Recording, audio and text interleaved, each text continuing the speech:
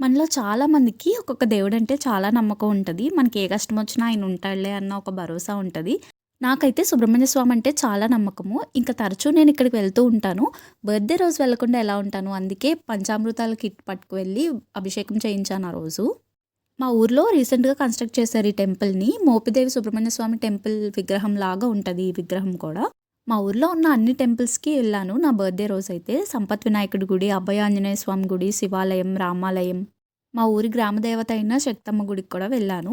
ఈ అభయాంజనేయ స్వామి గుడి కాలువకి ఆనుకుని చాలా ప్రశాంతంగా ఉంటది. ఆంజనేయ స్వామి టెంపుల్‌కెళ్ళిన రోజు ట్యూస్‌డే అనమాట. అందుకే ఆ రోజైతే తమలపాకులతో, నిమ్మకాయలతో, అప్పాలతో చాలా బాగా పూజలైతే చేస్తున్నారు. అక్కడి నుంచి నేనైతే మా గ్రామ దేవత అయిన శక్తమ్మ, గోగులమ్మ, పల్లాలమ్మ టెంపుల్‌కైతే వెళ్ళాను.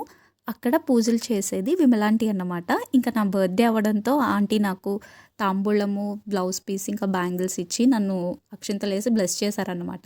నాకు చాలా పాజిటివ్‌గా అండ్ బ్లెస్డ్‌గా అనిపించింది. చిన్నప్పటి నుంచి మాకు ఆంటీ అయితే తెలుసు. మేము ఏ కాంపిటీషన్‌కెళ్ళినా, ఏ పెర్ఫార్మన్స్ ఇచ్చినా మమ్మల్ని మనస్ఫూర్తిగా అప్రిషియేట్ చేస్తారు. ఈరోజు సమాజాన్ని బట్టి ఇంకా ఇలా పక్కన వాళ్ళ మంచి కోరుకునే వాళ్ళు ఉన్నారా అనిపిస్తది ఆంటీని చూస్తే. మేమొక్కరమే అని కాదు, ఎవరు కనిపించినా మనస్ఫూర్తిగా మాట్లాడతారు, నవ్వుతూ పలకరిస్తారు. టెంపుల్‌లో దర్శనం చేసుకున్నాక అక్కడి నుంచి నేనైతే బాలవెంకటేశ్వర స్వామి టెంపుల్‌కైతే వెళ్ళాను. ఇక్కడ కళ్యాణం జరుగుతుంది, అలాగే తీర్థం కూడా చేస్తున్నారని చెప్పాను కదా! సాయంత్రం ఇక్కడే మా కోలాటం ప్రోగ్రామ్ కూడా ఉందనమాట. ఇంక ఇంటికెళ్ళిన తర్వాత ఆంటీ ఇచ్చిన బ్యాంగిల్స్ వేసుకున్నాను. నాకు ఎవరైనా బ్యాంగిల్స్ కానీ, ఫ్లవర్స్ కానీ ఇస్తే వెంటనే పెట్టేసుకోవాలి, చాలా ఇష్టము.